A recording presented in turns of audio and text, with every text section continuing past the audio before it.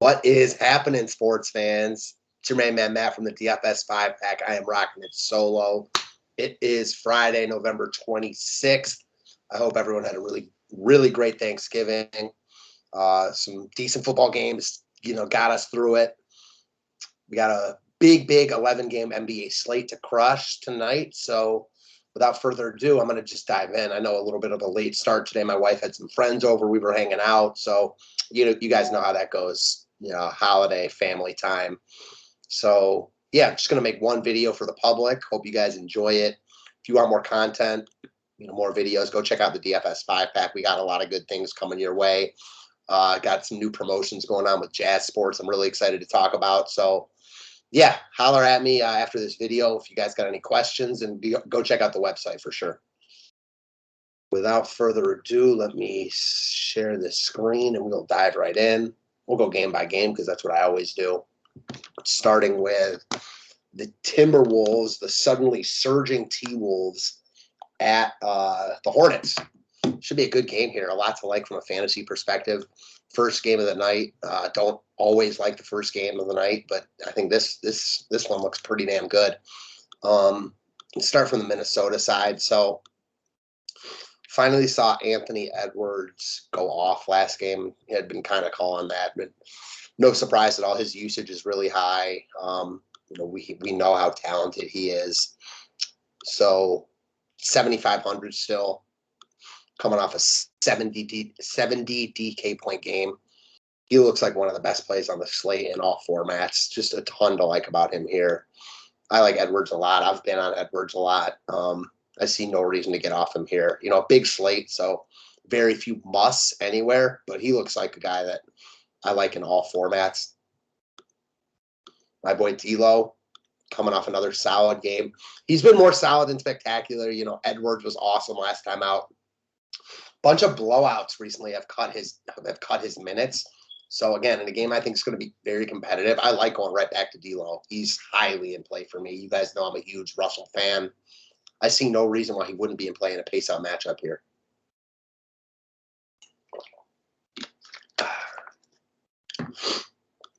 All right. After that, from Minnesota, never hate playing Karl Anthony Towns. Probably not where I go today.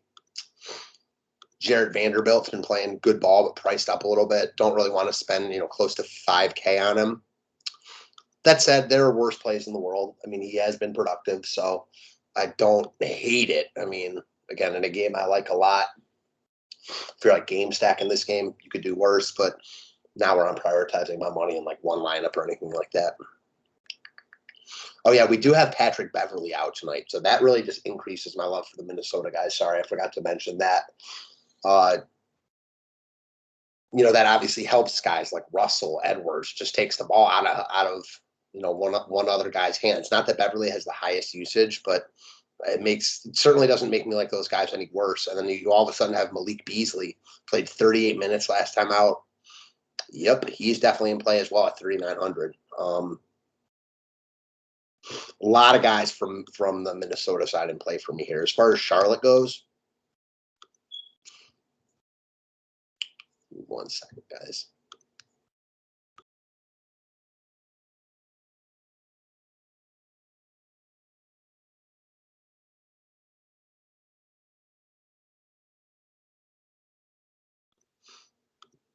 All right, I'm back with you. Sorry about that.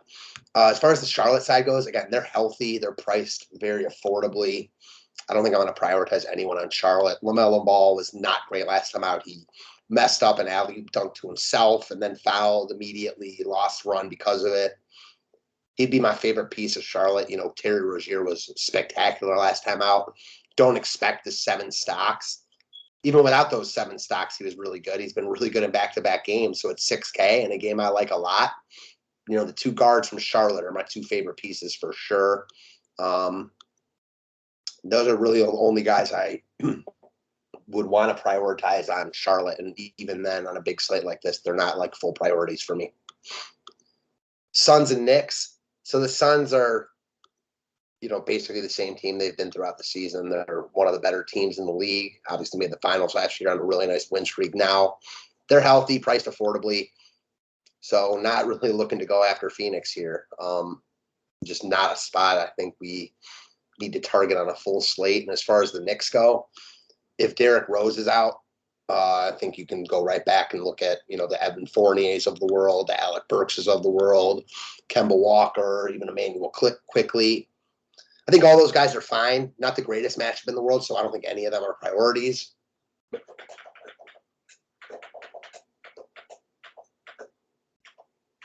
Sorry, I had the space heater on in here, guys, and it was getting hot as hell, so I had to turn it off. None of those guys are priorities for me, even if Rose is out, but I could see getting to any of them. They're still very affordable. If Rose is in, I don't think any of those guys are crazy either, but definitely, moves them down the pecking order for sure on a slate with a ton of good options. All right, so next up, we've got Charlotte and Orlando. So a good Bulls team at a pretty bad Magic team here. But DFS is all about price and opportunity, and Orlando's the side that we really want to look at here. As far as Chicago goes, got Vooch back in the mix at 8,800. Just kind of muddies up the rotation a little bit. I mean, because you got Vooch, you got DeRozan, you got Levine. None of the Chicago guys are priorities for me, but I could see using any of them, especially if you're using a ton of Orlando, because if you're using a ton of Orlando, you probably think this game is close. As far as the Orlando side goes, with Cole Anthony out, I think Jalen Suggs, even with the price increase, is still in play. Not a must for me, but definitely in play. Franz Wagner was good last time out. He's definitely in play. Wendell Carter, really affordable price tag. He's getting a lot of love, and he looks like a really good look at 5,600. And then my boy Mo Bamba, 6,400. Carter's going to get more love. It's cheaper, and they have very similar production. I like both of them. I think you can use both of them together. Orlando is just too cheap for guys playing huge minutes with Cole Anthony out right now. So they're going to get love. I don't think you have to use all these guys, but you probably want to pick your spots because it's tough to see, all of Orlando failing here, given, the guys that are going to get good run in their price tags.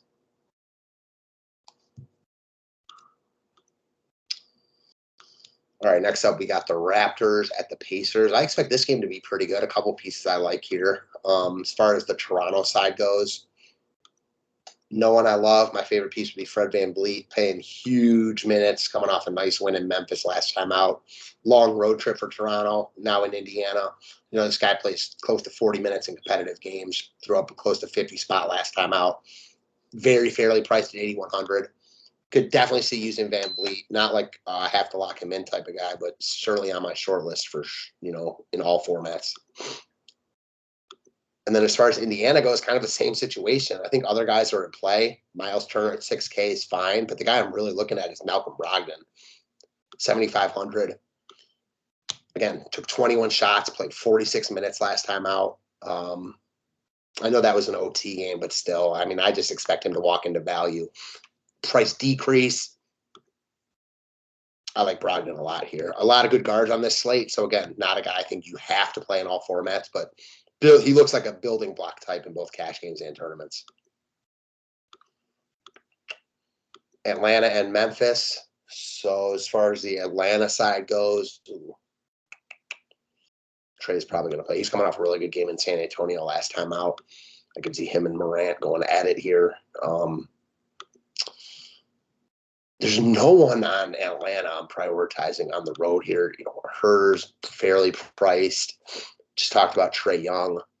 I know Gallo's reemerged in the rotation, but not really a guy I want to go to tonight. Atlanta's probably a team I'm going to stay away from. Just massive slate. No one that stands out to me.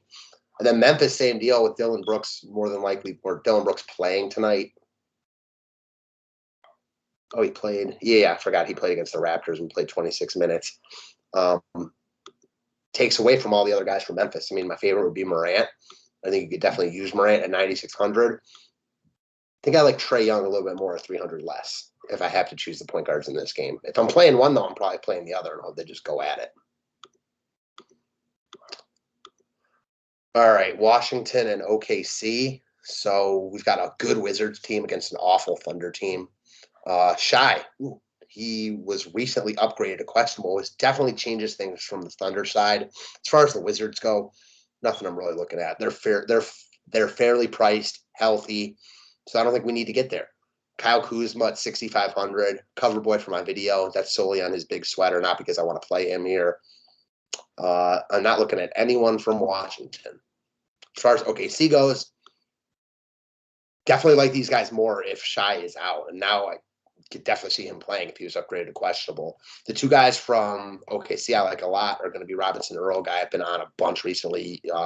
Anyone who's been watching these videos or reading my write-ups knows I've been on JRE a lot.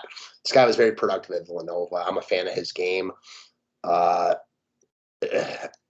He's in play for me no matter what. If Shy's out, I'll probably just lock him in. Same with Giddey. Probably won't play him at 6,500 if Shy is in, but if Shy's out, yeah, give me all the Giddey at 65. Just too cheap for his upside, and I just think he's, again, got a really nice floor ceiling combination in all formats. And then Lou Dort, fine with it. He's not usually a guy that puts up monster fantasy scores, and I'm sure he's going to get love. So give me Robinson, Earl, and Giddey, then Dort. Actually, I think I like Baisley over Dort. So Dort's probably fourth for me, with Baisley third. I like the first two a lot more, and that's all assuming Shy is out. So we'll just have to wait and see on that. All right, 5 games left. We got Boston at San Antonio. This game's got a pretty tight spread, which is interesting. As far as the Boston side goes, it's hard to talk about Boston without knowing about Jaylen Brown's in. Okay, that came out a couple hours ago. Sorry, I missed that. So Brown's in. Makes Boston not really that appealing for me. Don't really want to get there. We saw Tatum take a hit last time out. He wasn't great against Houston the time before that. I'm a Tatum fan. I could never fault anyone for playing him, but not a priority for me here. No one on Boston is. No one on San Antonio is either. I always like Dejounte Murray. You want to play him, do your thing. I think I like the point guards of the Memphis-Atlanta game a little bit more tonight, though. The sell is out, so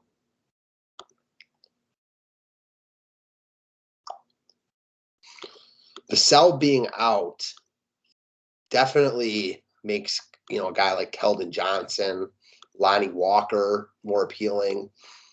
Pirtle looks good again at 5,700. I think you can be pretty secure with his minutes, playing around 30. The San Antonio pieces look fine as fillers. I'm not going out of my way for these Spurs guys, but Derek White as well. They're fine. Not running to these guys, but if I have a roster and need a filler piece here, no problems with it at all. Ideally, I could just get to Dejounte Murray because he's my favorite piece, but with Brogdon, I like the guards in the Memphis game. You talked about the cards from Minnesota. Tough to see me getting there today if I'm making one lineup. Milwaukee and Denver. So this should be a good one.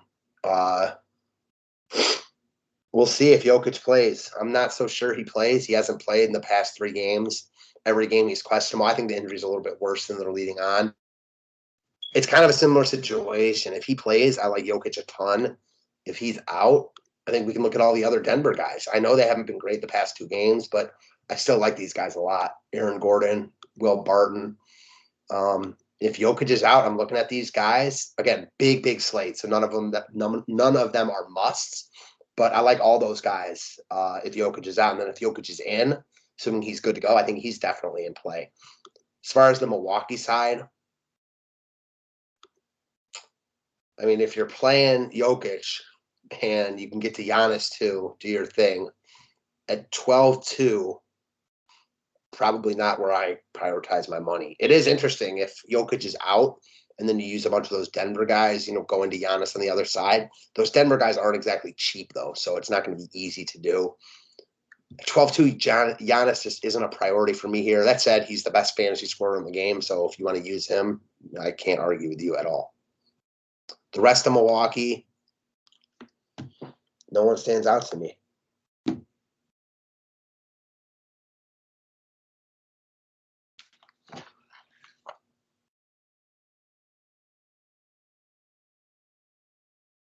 Sorry, guys. Give me 1 second.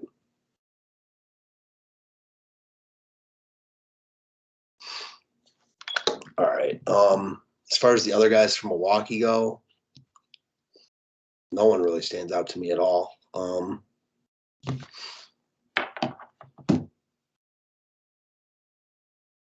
Just no one I'm really in love with here. They're healthy. They're priced affordably. Not affordably, they're priced accordingly.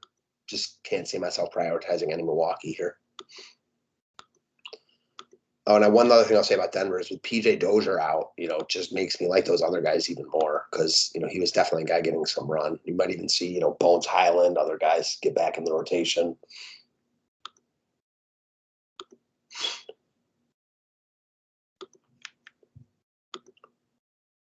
Pels and Jazz. Nice win for the Pels last time out against the Wizards. Smoked them, won by 25.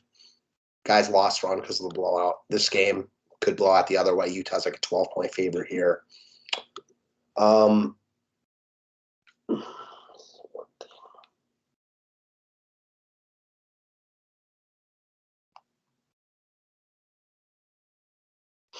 right, sorry about that. So, if this game's close, I like all the guys from both sides, really. If you think that New Orleans can be competitive here, Ingram looks fine at 8K. J-Val looks like a decent tournament play at 8,900. Josh Hart at 56 continues to play really good ball. None of these guys are must for me. If I'm making one lineup, I probably don't get there. But, if you have faith in New Orleans here, I get it. And then as far as Utah goes, it's Donovan Mitchell is the top guy. Hasn't had to have a great game recently, but they've smoked a lot of these teams. Blowouts all over. So I think he's definitely in play. Big games coming sooner rather than later. Gobert at 8,200 is definitely in play, back-to-back 50 balls. So I got no issues with him at all. Ultimately, though, not a game I'm really prioritizing just because too many other spots I like more. That's all it is. Portland and Golden State. So we've got Portland, who looks pretty healthy, all things considered. I know they had some ejection problems last time out. Because of that ejection, Rocco is now priced. He got ejected 15 minutes in. He's now priced down to 4K. I like him again. I think we can go right back to Covington. Very, very affordable price tag, obviously.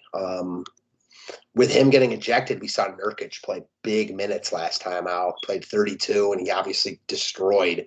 This is another great matchup for him. I'm interested to see what they do with his minutes. Coming off a loss here, I'm not exactly sure. In tournaments, I don't think he's crazy to look at. In cash games, I would stay far away. And as far as the other guys go, Dame, coming off one of his best games of the year, 32, 10, and 6, putting him close to 60 with no blocks or steals. I could see, Dame's starting to get going a little bit. He's 10K. He's right in the mix of like Morant, Trae Young for me. I think I like the other guys slightly more, but it's close for sure. Dame's starting to look more like the Dame we know and love. CJ McCollum at a much cheaper price tag looks fine if you want to drop down. This game looks like it could have some DFS scores all over it. I'm just not sure any of these guys are priorities. And as far as Golden State goes, it's really hard to pay pay 11-4 for Steph Curry. But, man, we know he's got big upside. He's got 60-plus and 2 of 4. We know he's got, that 80-plus upside on any given night like he had against Atlanta. Him versus Dame. Yeah, I don't think he's any less in play than like a Giannis or even a Jokic personally. His upside's right there with those guys. And while he's certainly not a priority at that price tag, I don't mind spending up on him either if you like a lot of the value. That's for sure. Other guys from Golden State, not too excited about it. It's really Steph or nothing for me from the Warriors. Kings and Lake Show. So Kings team finally coming off a nice game. They won. They beat Portland. Fox just has not been it at all. He was ejected last time out. His price is down. I forgot that he was ejected, so I can't, It's in the fourth, though, and he still wasn't really good before that. So I'm not looking at Fox too much. or Halliburton. I'm really kind of unsure what to make of the Kings right now. Obviously, Alvin Gentry has taken over as their coach. I'm sure he's going to mess with their rotation a little bit. Healed would probably be my favorite play, but I'm certainly not excited about it. Rashawn Holmes is questionable. We saw Alex Len start, and he was okay. He played 17 minutes. Surprised that Tristan Thompson didn't play more. He just got a lot of bodies. I'm not really going out of my way for Sacramento here, even though it's a good matchup. I mean, I guess my favorite pieces would be Hield and Fox. Davion Mitchell, too, looks like a fine flyer at 3,400, but I'm not excited about these guys at all. And as far as the Lakers go, LeBron's probably going to play. AD's going to play, and Westbrook's going to play. So with all these guys in tournaments, I think you can take shots on any of those big guys, but none of them are priorities because when they're all in, they all eat into each other. There's another game that has a lot of appeal from a fantasy perspective, but not exactly sure who I want to prioritize. So with that said, let's do a little lineup building. Obviously, a massive slate, so a lot of different ways to go. I'll just build one really quickly. And if I'm starting out, I'm going to go with my boy Robinson Earl, power forward. I'm going to go with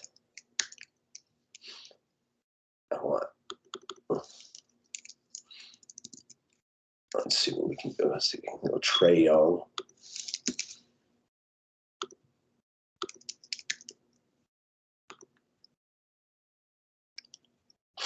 I mean, a bunch of different ways you can go here. One guy I didn't even bring up is JaVale McGee, 3,800. He gets there in limited minutes, but if he somehow plays more minutes, he's going to smash. And he seems to get there even in limited run anyways. Another guy I like is Jacob Poeltl, so we can throw him in there. Wendell Carter's a guy I like a lot, so throw him in there. Oh, the other guy from Sacktown I didn't mention.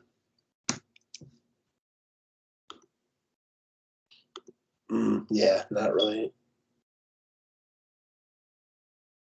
Ooh, okay, him being out makes me like Buddy Hield a lot more, so that's definitely something worth monitoring. I don't mind playing 3 Minnesota guys either. Then you got 6,300. Any of these guys, you can take a shot on Nurkic, Rozier if you want a piece of Charlotte. So you guys get it. And obviously, not all these guys in here are musts. So that's what I got for you guys. Hopefully you enjoyed it. Again, as I said before, we got some really good things going. Starting to do some new stuff with Jazz Sports. I'm really excited to talk to you guys about the promos they got going on. Yeah, if you want more content, go check out the DFS 5-pack. Would love to have you. And appreciate you guys as always. Thank you.